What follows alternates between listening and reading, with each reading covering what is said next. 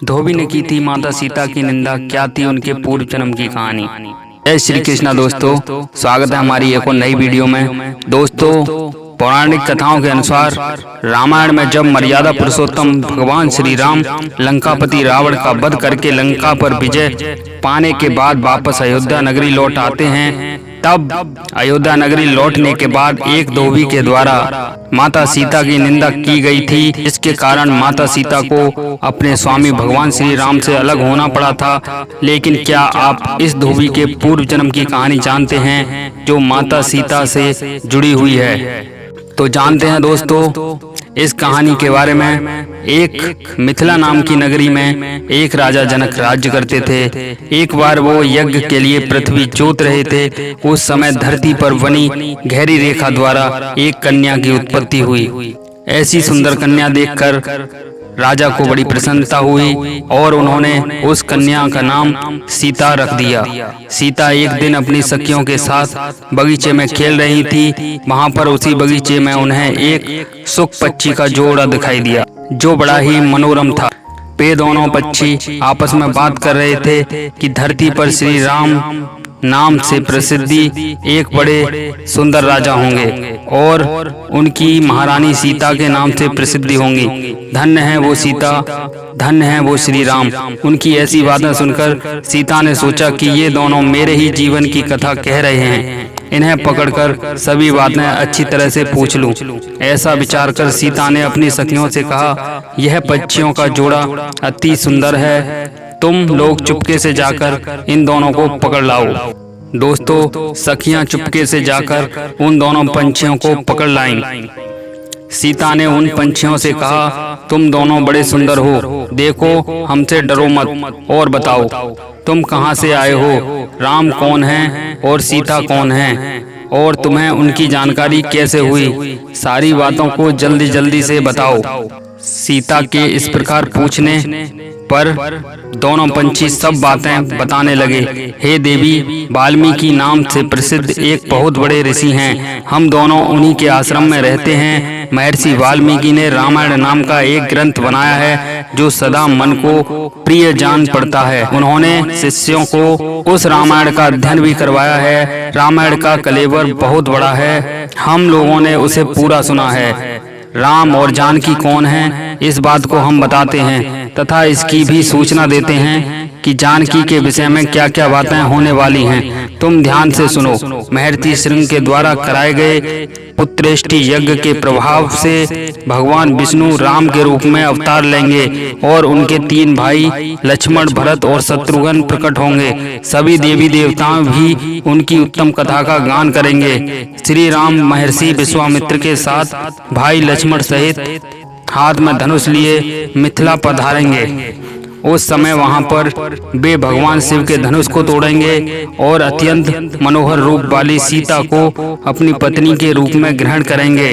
फिर उन्हीं के साथ श्री राम अपने विशाल राज्य का पालन करेंगे। और भी बहुत सी बातें वहां हमारे सुनने में आई हैं। हे देवी, हमने ये सब तुम्हें सब कुछ बता दिया है, अब हम पक्षी जाना चाहते हैं, हमें छोड़ दो।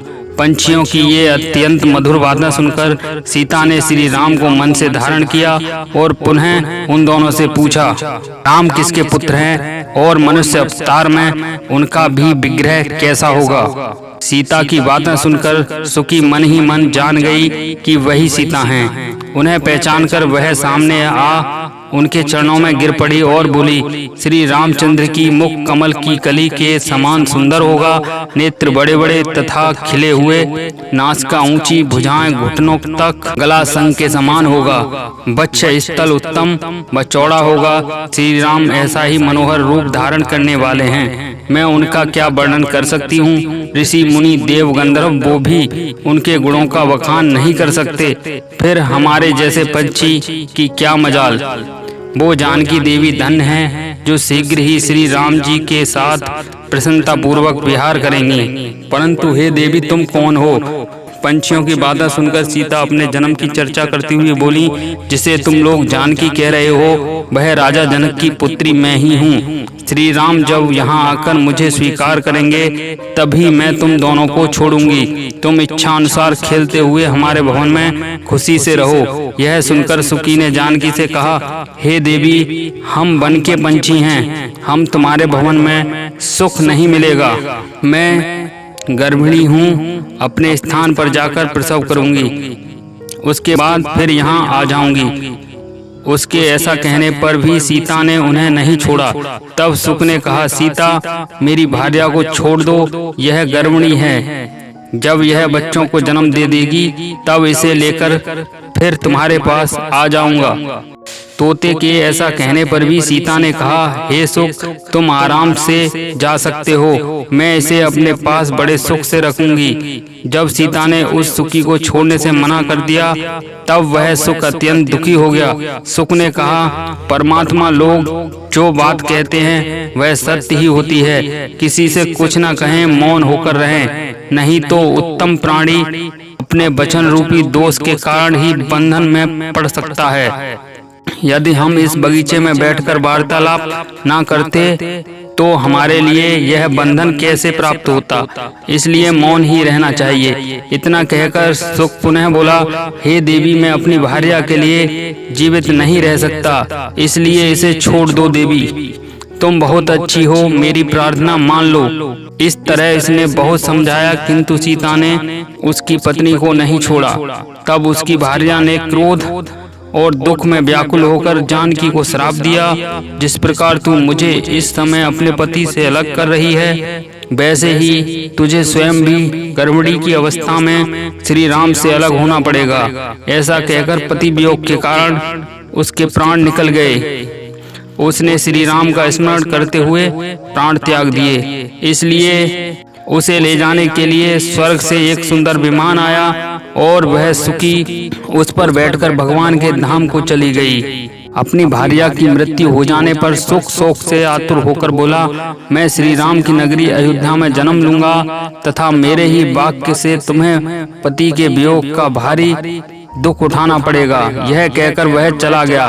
क्रोध और सीता जी का अपमान करने के कारण उसका धोबी योनि में जन्म हुआ। इस धोबी के कहने पर ही सीता जी की निंदा हुई, उन्हें पति से अलग होना पड़ा। धोबी के रूप में उत्पन्न हुए उस तोते का श्राप ही सीता को अपने पति से अलग कराने का कारण हुआ और सीता को दोबारा वन में जाना पड़ा। वीडियो अगर पसंद आया हो तो दोस्तों लाइक करो और हमारे चैनल को सब्सक्राइब करें और अपने दोस्तों के साथ शेयर करें। मिलते हैं दोस्तों अगली वीडियो में, तब तक के लिए राधे राधे।